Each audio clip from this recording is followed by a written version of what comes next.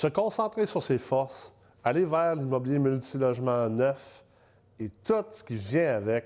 Vous allez apprendre aujourd'hui de Jean-Philippe Jalbert, investisseur immobilier, que c'est pas obligé de prendre 10 ans pour atteindre ses objectifs et partir le bal dans la construction neuve de multilogements.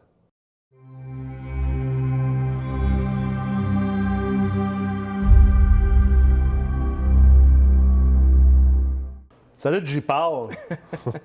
Salut Nick, comment ça va? De par ton nom Facebook. Yes. Là, tu vas voir, tout le monde qui passe à retour sur investissement, après ça, là, ils se font bombarder de demandes d'amis sur Facebook. C'est déjà commencé, je te dis. Ouais? Ouais. Ah, le réseau. Excellent. Fait que tu es investisseur immobilier, mais toi, tu te concentres beaucoup plus sur la promotion puis la construction de multilogements neufs. Exact. Fait que parle-nous un petit peu de pourquoi, puis qu'est-ce que tu fais exactement là-dedans? En fait, je vais commencer. J'ai acheté un immeuble l'année passée, puis à ce moment-là, j'avais eu des condos dans le passé. J'avais acheté cet immeuble-là sans vraiment connaître. En fait, j'ai vraiment commencé à être un investisseur immobilier à partir de novembre passé. OK. J'étais allé à une rencontre de la MREX Wild 1030 avec mon courtier. Puis c'est à ce moment-là que je me suis dit que je connaissais vraiment rien. Ah ouais? T'es sérieux? J'ai un background en planification financière. Au niveau financier, je comprends les chiffres, mais on me parlait de TGA, on me parlait de revenus nets, de taux d'inoccupation. J'avais aucune idée c'était quoi. J'avais jamais entendu parler de ça. Ouais.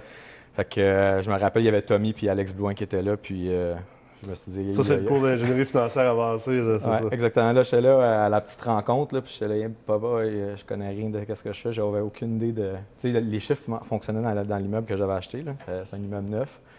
Mais ça se partit à ce moment-là, je me suis dit, bon, ben, gars, je vais aller investir dans ma formation. Puis c'est quelque chose qui m'intéressait depuis longtemps.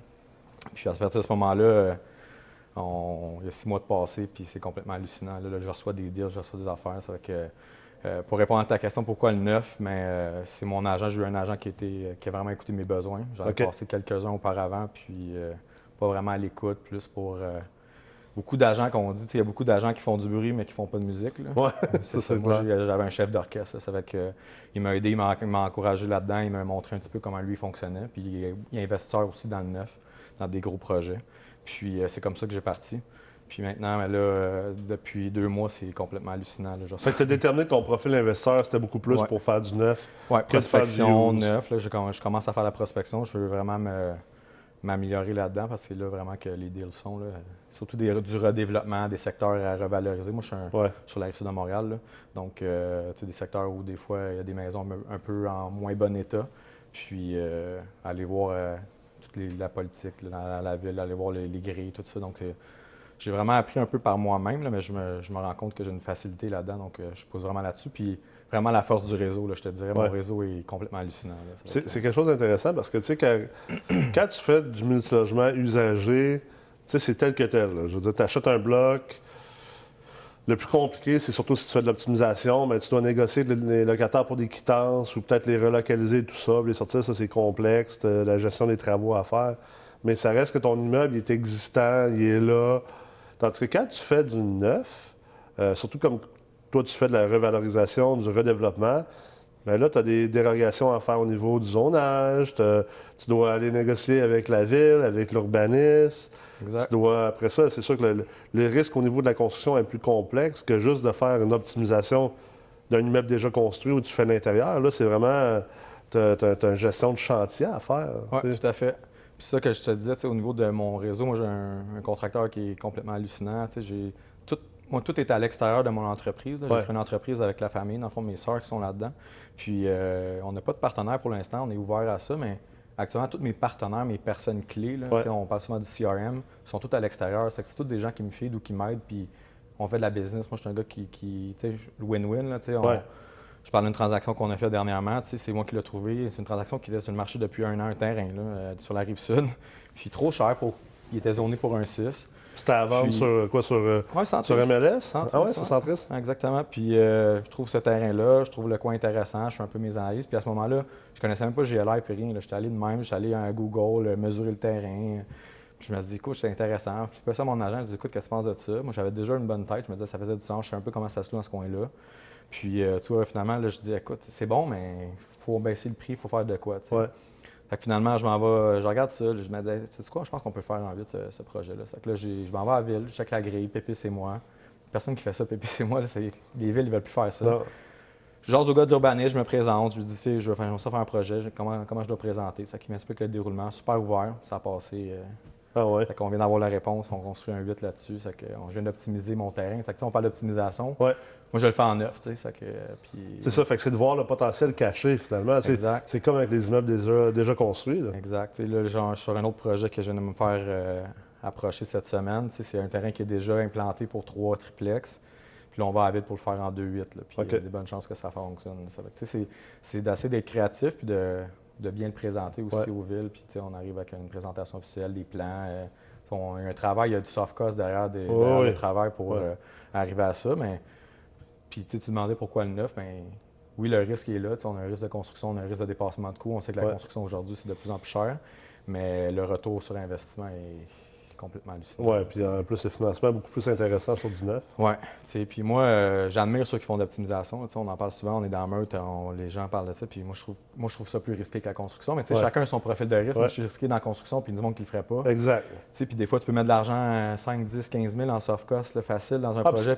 Ce qui peut être risqué pour un n'est pas risqué pour l'autre, dépendamment de son profil. C'est exactement mon beau profil. Moi, j'ai du fun à faire ça. Je suis un gars créatif, j'ai une vision. Puis c'est comme ça que j'ai bâti. Puis éventuellement, c'est de scaler puis juste être une usine à pizza. C'est juste de faire toujours le même processus. On va à la ville, check la grille. Ils ont moyen de faire ça, PIA, PPC, moi. Ça que j'essaie de vraiment me développer dans ça. Puis je m'entoure des gens qui peuvent m'aider aussi à travers ça. Ça que, je pense que je disais le réseau tantôt, là, c'est vraiment important. Oui, c'est clair. Le support, puis des fois, la structure qui se fait autour de toi. Là, maintenant, je reçois des deals. Ouais. Puis éventuellement, je vais en prospecter, mais des fois, j'en reçois. Puis des fois, ça va être le contracteur, des fois, c'est un autre agent qui connaît.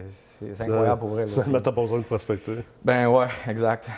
Est-ce que, parce que tantôt, tu disais que ton background est en planification financière, plus les chiffres et tout ça. Est-ce que tu avais un background en construction? Non, zéro.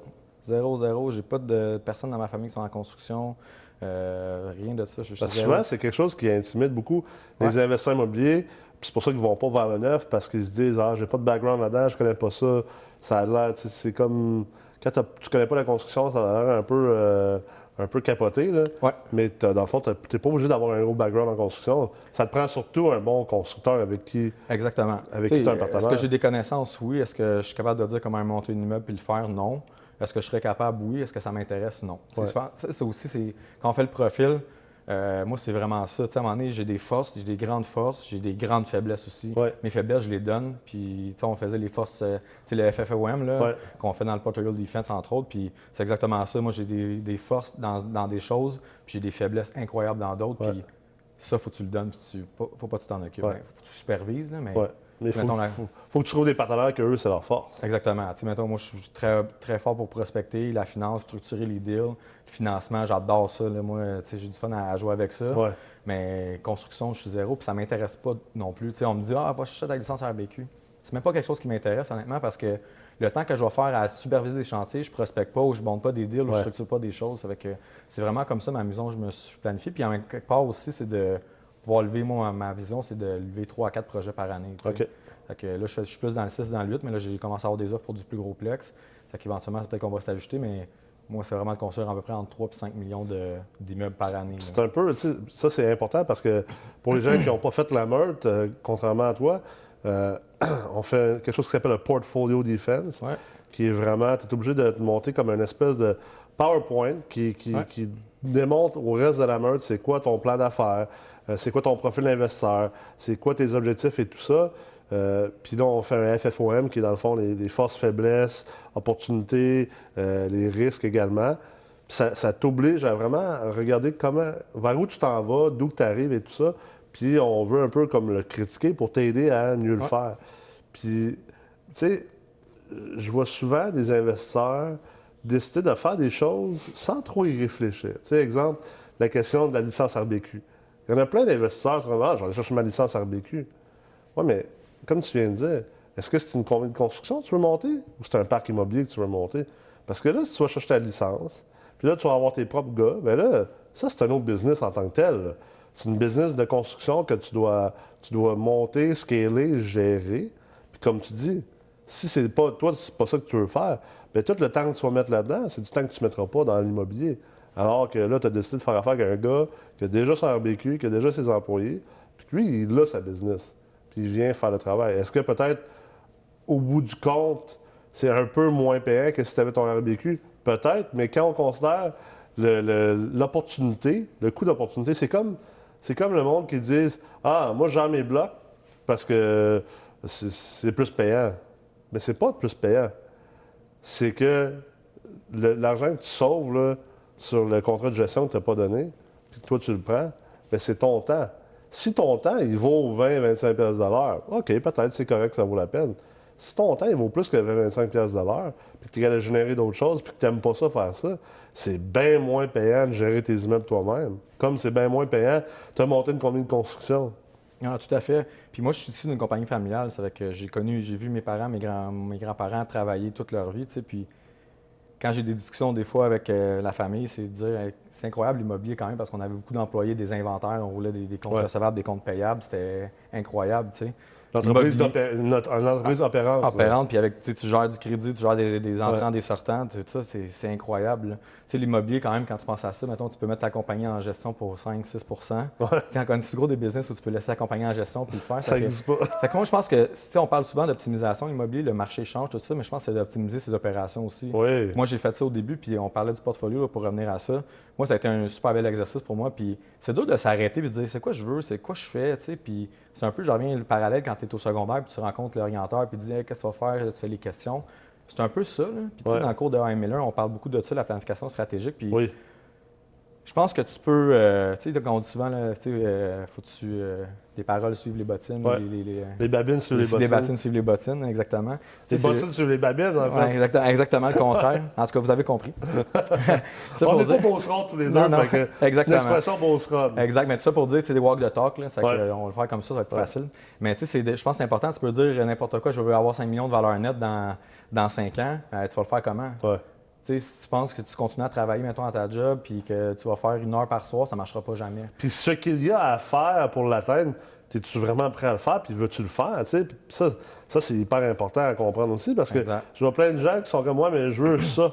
OK, mais tu sais ce que ça prend pour arriver à ça? Tu veux-tu vraiment faire puis vivre ça, puis es-tu prêt à le faire, puis en as-tu la capacité? Puis là, c'est vraiment important d'être honnête envers soi-même, puis de faire comme, je sais pas, tu sais...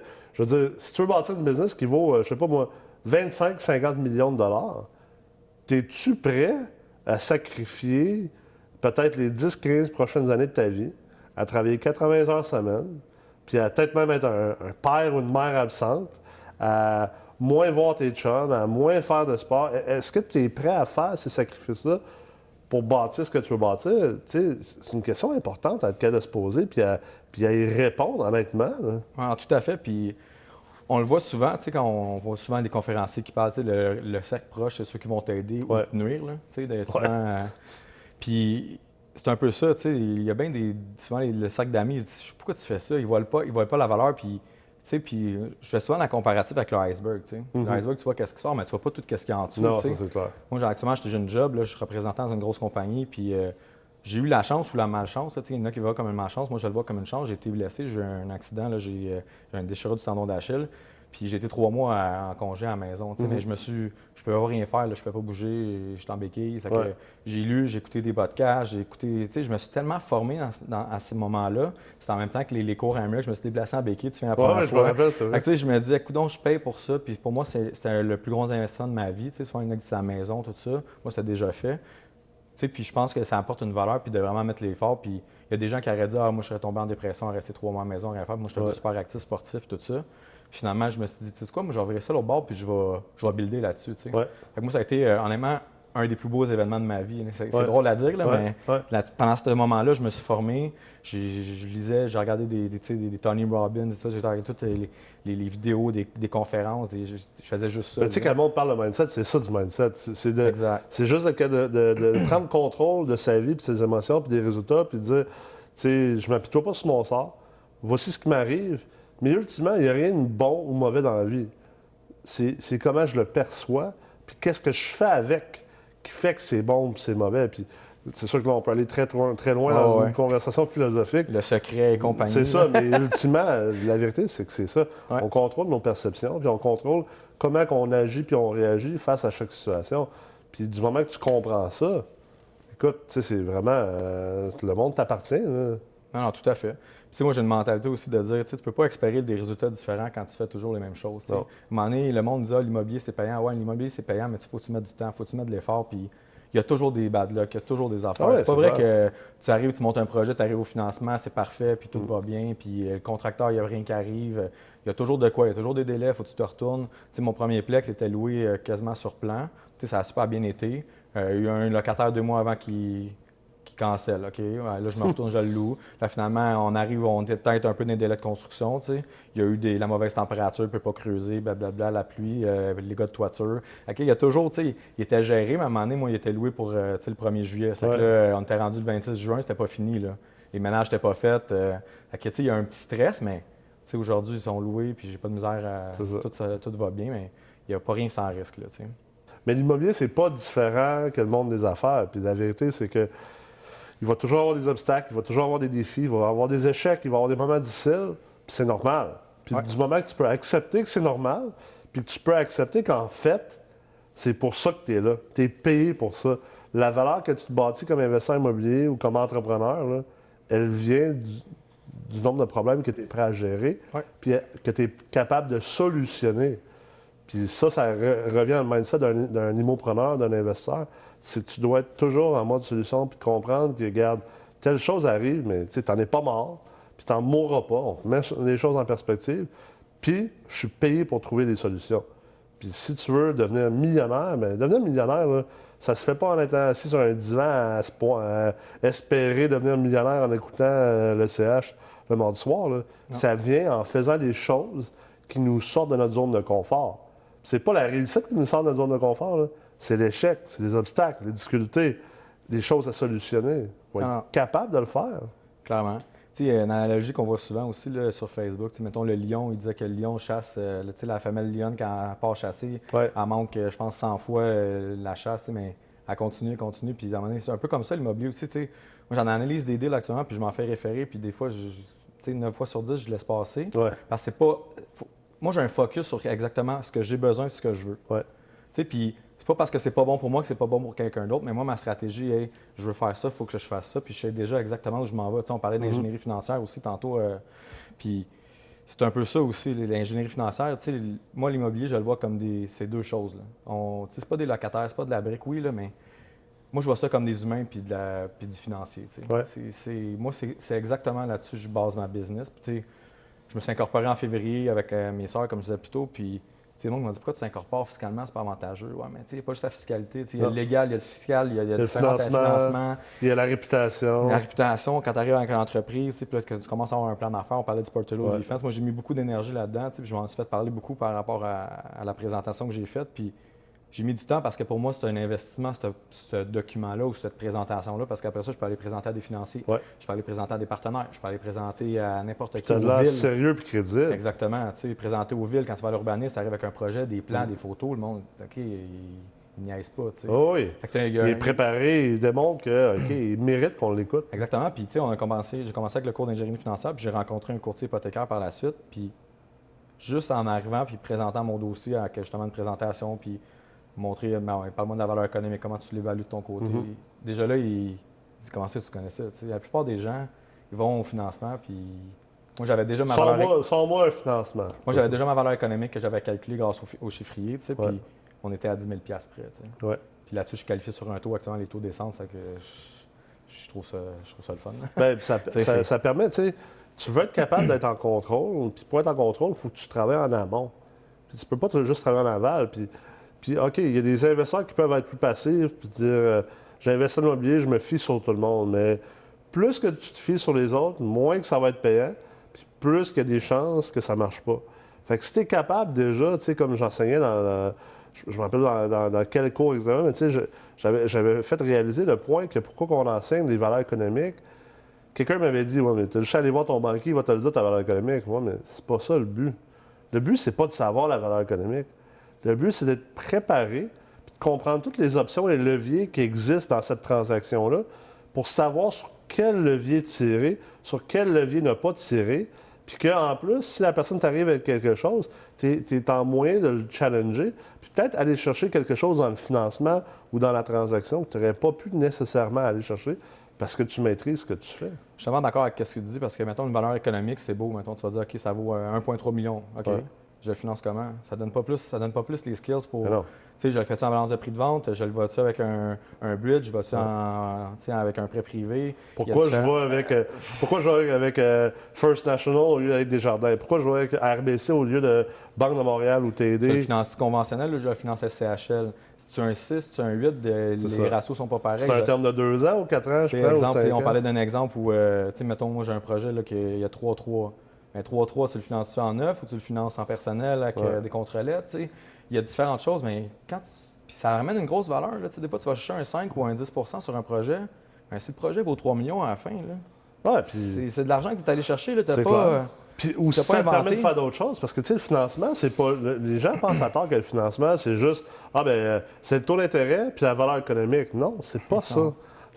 C'est quoi les pénalités? Parce que. Ratio de couverture de dette. C'est ça, c'est quoi les pénalités? C'est quoi le ratio de couverture de dette? C'est quoi le ratio prêt-valeur? Après ça, c'est quoi la possibilité de faire un pari passu?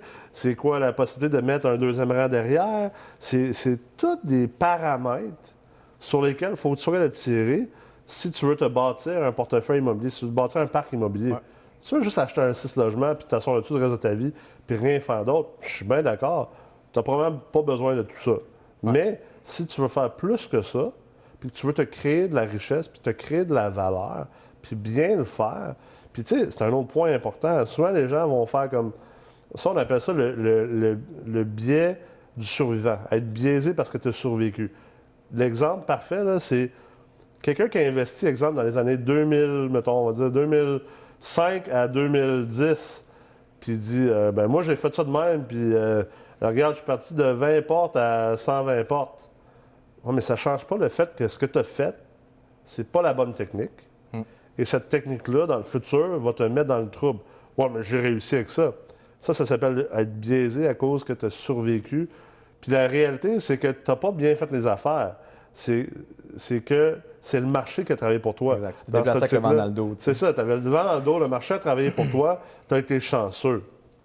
Puis tu as été dans un marché qui te permettent d'être chanceux. Là, maintenant, c'est dans un marché où tu as le vent dans la face, puis malheureusement, tu es un petit peu malchanceux, l'effet va être complètement différent.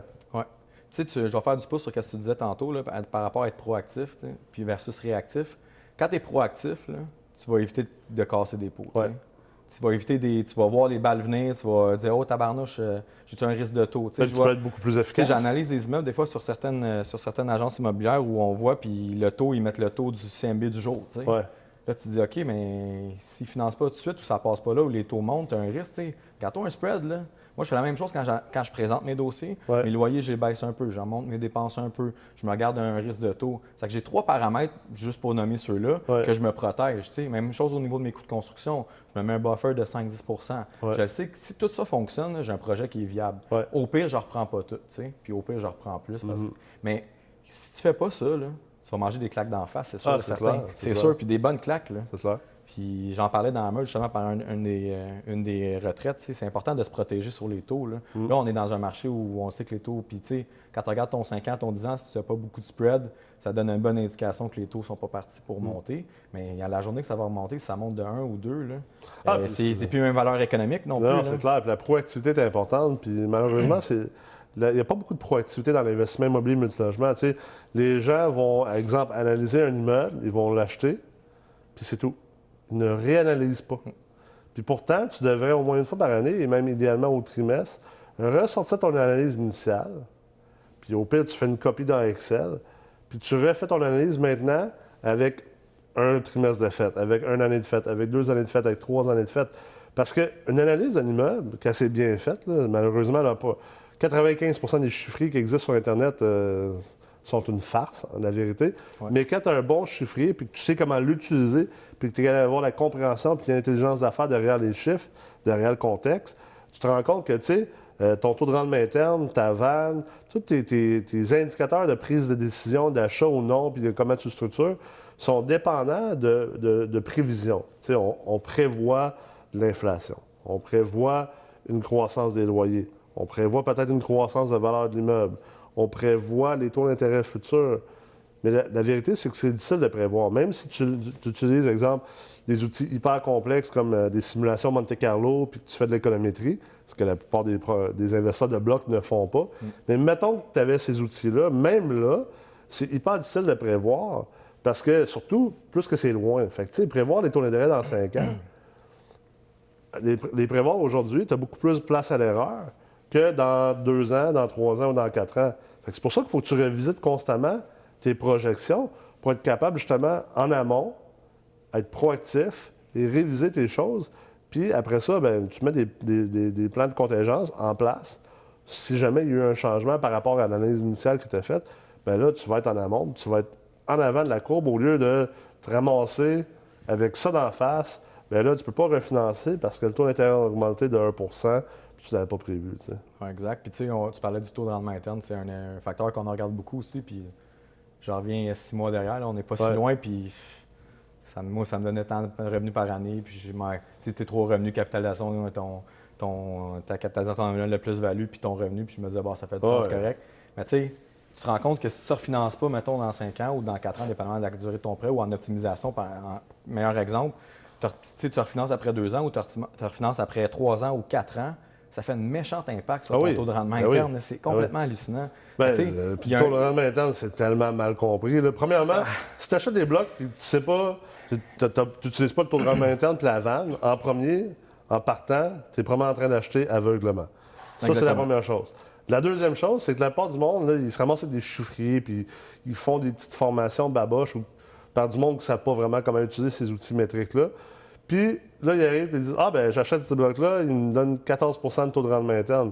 Oui, mais c'est pas de même que le taux de rendement interne est utilisé. Il faut que tu l'utilises en lien avec c'est quoi la période de sortie, parce que peut-être tu peux avoir un immeuble qui donne 14, l'autre t'en donne 12, mais le 14, ça prévoit une sortie après 5 ans, puis l'autre, le 12, il te prévoit une sortie après, on va dire, mettons, 2 ans. Il y a des choses à prendre en considération à ce niveau-là. Puis un coût d'opportunité. Puis c'est quoi la quantité d'argent que tu fais travailler?